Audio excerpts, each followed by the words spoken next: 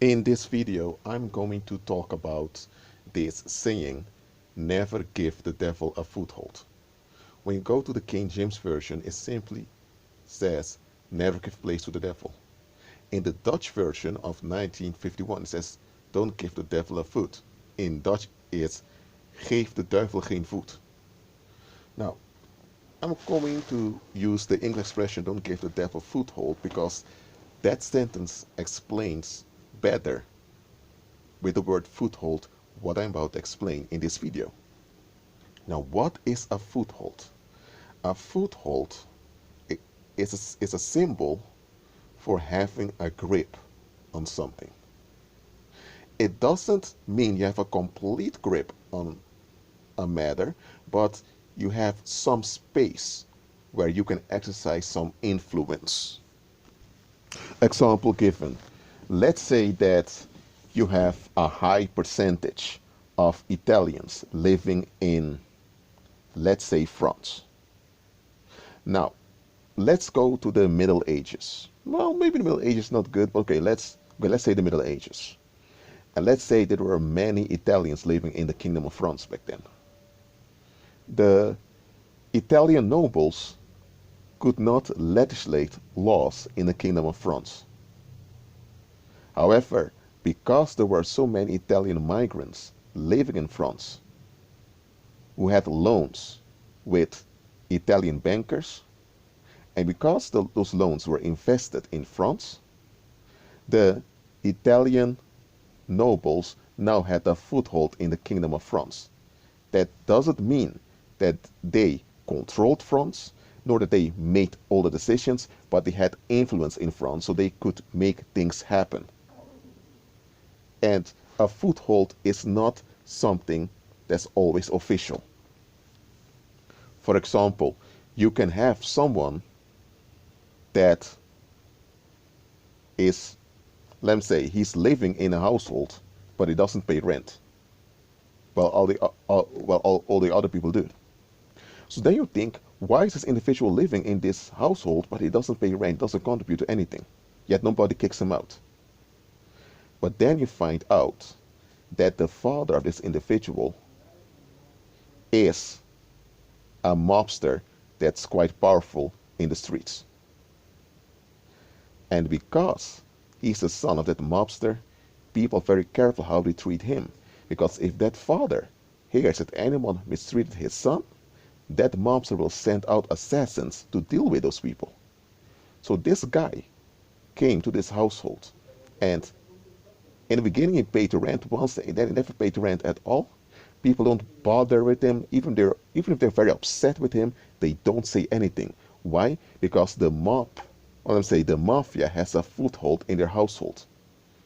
Because not only because the son is there, but because that mobster also lends money to many businesses. So the economy of that neighborhood is in the hands, or let's say in the pocket of that mobster. That mobster doesn't own those shops legally, but because his money is invested in those shops, and because those shop owners owe the mobster cash, the mobster's relatives could just walk into those stores, pick up things without paying and leaving, and nobody would call the cops. Why? Because if anyone would say anything about the misbehavior of that family, the mobster would come in and there will be assassins all over the place. So in this case, that mobster had a foothold on that household and on the people living in that neighborhood. So a foothold is a grip you have on something. That grip is not that big, but it's small enough to have an impact. It can be, for example, that you have a small percentage of, how would I say, of Buddhists living in a country. But if that small percentage of Buddhists are connected to traders from China, and let's say that those Buddhists become involved in, let me say, in the business world of that country, then before you know it, the Chinese empire has a foothold in that nation. Because those Buddhists come from China, their financial base is in China, and because now they use their finances from China in that other country, now the Emperor of China indirect has a foothold in that other country. That's how things go. That's how espionage works. When you have those intelligence agencies wanting to get information from someone, they send an agent to get a foothold on you. Before there was social media, they would do it like this. If you worked at, let's say, a bakery, they would send an agent to the bakery often to purchase maybe some apple cake. So you often have to make apple cake because this customer comes every 2 days in a week to purchase an apple cake or an apple pie, I mean. So by doing that, you become familiar with this customer, and before you know it, this customer befriends you, and now the intelligence agency has a foothold on you to that individual. Today it's done with social media. That's why it's very important to examine what you post on social media. It's not that much who you have on social media in your friend list, it's what you post on social media. You can post pictures of what you're eating, of you going out on Fridays. You can post all of that, even your holiday pictures. But don't post crucial information that can be used against you. It's not that you have something to hide. Even when you have nothing to hide, folks can misuse information you've shared by giving a false interpretation to it. For example, it can be that you're very tired and you share this on your Twitter that you're very tired today of everyone and everything. It wasn't literally, it was just an expression. People know it's just an expression that you were just venting that you were upset. But then you have a coworker who reads this on Twitter and tells your boss, you'd see your boss, she complains she's tired with everyone and everything. And let's say that the boss was in an angry mood. Now this can lead to the boss taking action against you, even firing later on. Now, what you said on Twitter, was it about the boss? Was it about everyone specific? No, it had nothing to do with the boss. But because information now was used against you, even though the information was not evil nor bad at all, because it was used against you, now it has become a snare onto you. Now, this video is not about social media. I'm just pointing out to you that when intelligence agencies, or better said, when predators or enemies want to get a hold on you, they first send agents because you need to get a foothold on you before they can have a full grip. A foothold comes before a full grip. When you have revolutionaries that want to take over a community or want to take over a country, they don't just come in with their new flags, shouting a new anthem and declaring a new republic or declaring a new caliphate or whatever. They don't do that. They first send agents who will live there as migrants or just live there as common people. And those agents will gather information. And once they have a better picture of what the community is like, then they will come with projects to distract the people. And once the people are distracted, then they begin to build their new state.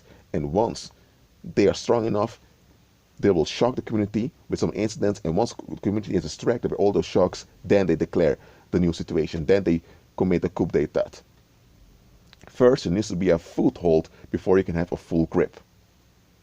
The reason I'm repeating that is because once you understand this, you understand how the enemy works. And that's why it's written in scripture, don't give the devil any place. Or, in the English expression is, don't give the devil a foothold. Because that's how it goes. When Satan wants to destroy you or he wants to take over, he first needs a foothold.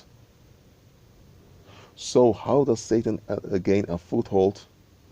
He will send people your way that will trick you into dysfunction. Let me say that one more time because you need to understand this. when the enemy wants to destroy you, or he wants to get a hold on you, because sometimes the enemy just wants to use you for his agenda. When the enemy wants to lure you away from Christ, he will send people your way that will trick you into dysfunction. The enemy can't just come and make you dysfunctional. No, he will need to trick you into dysfunction. Okay, let me give an example. Let's say that I'm going to use a college example now, because I had people messaging me with similar situations. Let's say that you're at college, you're doing your courses, and you have your part-time job, and you meet this fellow student. She appears to be kind, smiling, there's no issue. You don't exchange phone numbers, nothing, and just encounter. Then you encounter again after a week, and after several encounters, your mind builds, your mind becomes acclimatized to her being around.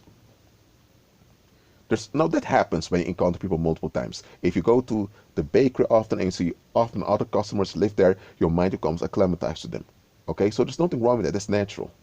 But that's the first move the enemy made. The enemy pushed someone around you so that you would encounter this individual over and over again, and now your mind has become acclimatized to the individual. So the next step is to push that individual to be in contact with you.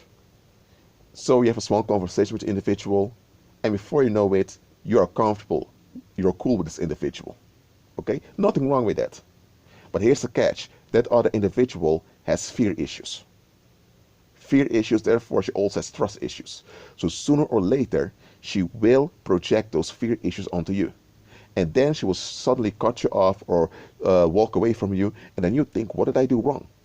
It's naturally for you to ask what you did wrong or what went wrong.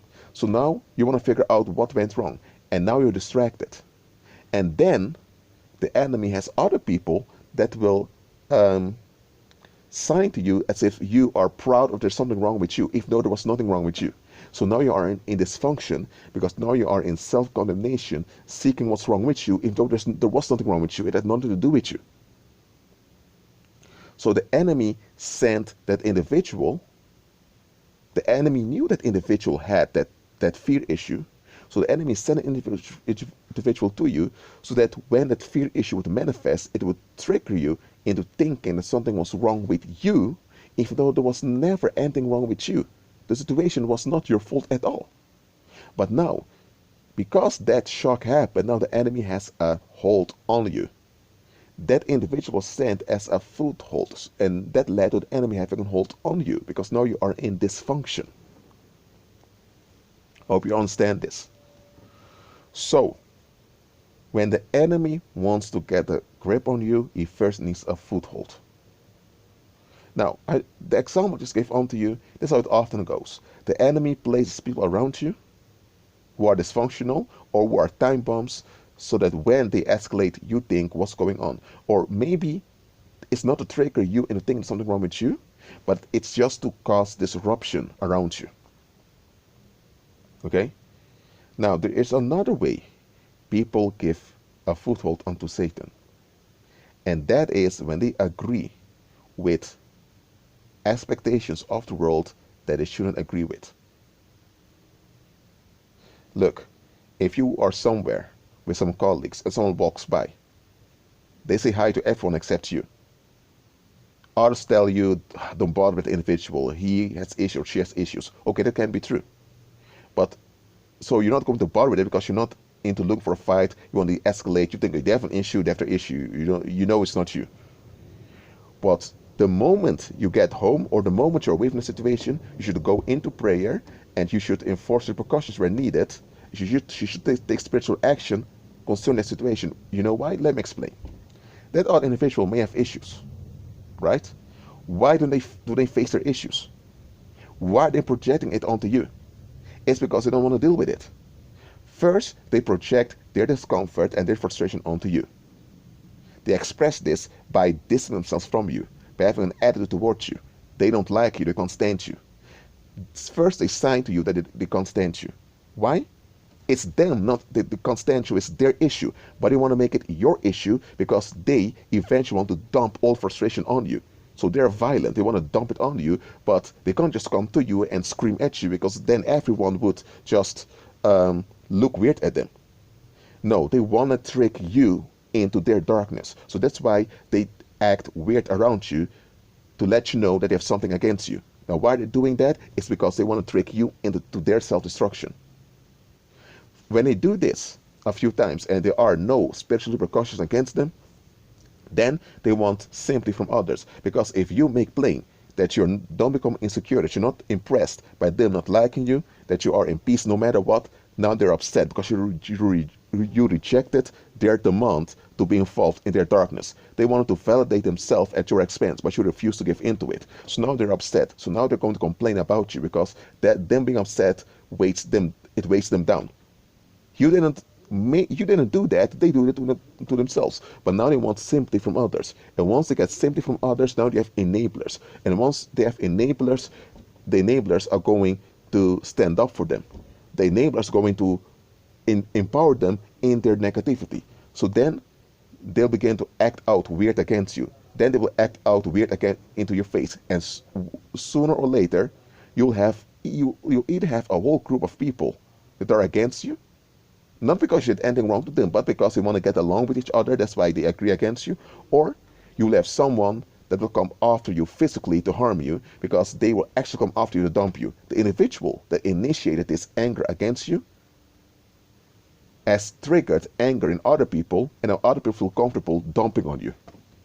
So the moment anyone decides to have a will or a feeling against you, there must be spiritual repercussions. Human beings never receive the permission to feel and think however they want about anyone. Just like that. We don't have that right. We don't have that permission. Church teaches you that you have that right. They call it free will. It's not true. Anytime you think in a dark manner, you are complying with Satan. You're enabling darkness. And the Most High demands you to repent and to align yourself with Him. Heaven and earth belongs to the Lord. He's the owner of heaven and earth. And in heaven and earth, He wants absolute joy and absolute peace. So everyone, everywhere is obliged to align himself with the Most High. So nobody has the right to be negative nor negative-willed. Anywhere. So anytime anyone decides to project onto you in a negative way, look, projection, there's nothing wrong with projection. Projection is natural. That's how humans also, that's how we form communities. That's how we support one another. So there's nothing wrong with projection in itself. But when someone projects negative onto you, there must be spiritual repercussions facing them. They must be dealt with immediately. Because the moment they're left alone and they can project evil on you at ease, it will grow and grow. I mean, before you know it, you will have people with guns to your face threatening you. Physical violence doesn't just happen out of the blue. There is mental meditation against someone happening long before. People are mentally massaged and prepared to be against you. But the world tells you if someone can't stand you, they can't stand you. Or if people can't get along, they can't get along. The world tells you to accept their negative will. And I'm telling you, no. They are on earth, and heaven and earth belongs to the Most High, so they are obliged to comply with the Most High. Even if they don't believe in the Most High or they refuse to follow Him, they're still on earth. So, who are they thinking they can will whatever they will? They can't. But church tells you to leave people alone if they can't stand you. I'm telling you, go into prayer, go into fasting, enforce repercussions. Why? Because you ought to be safe. The moment people can will against you at ease, sooner or later, danger will breed. There will be danger emerging against you. Contention will breed against you, and now you have to deal with all the harm and all the danger. And if you have children and people in your care, they'll be affected too. Don't give the devil a foothold. You see me on YouTube, keep making these videos. It's because I refuse to validate negative wills, but I stand in alignment with Christ against them. That's why I'm still safe traveling around the earth making videos teaching you guys. Because if you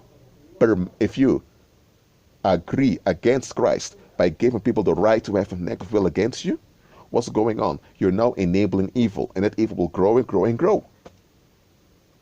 Don't give the devil a foothold. Agree with Christ.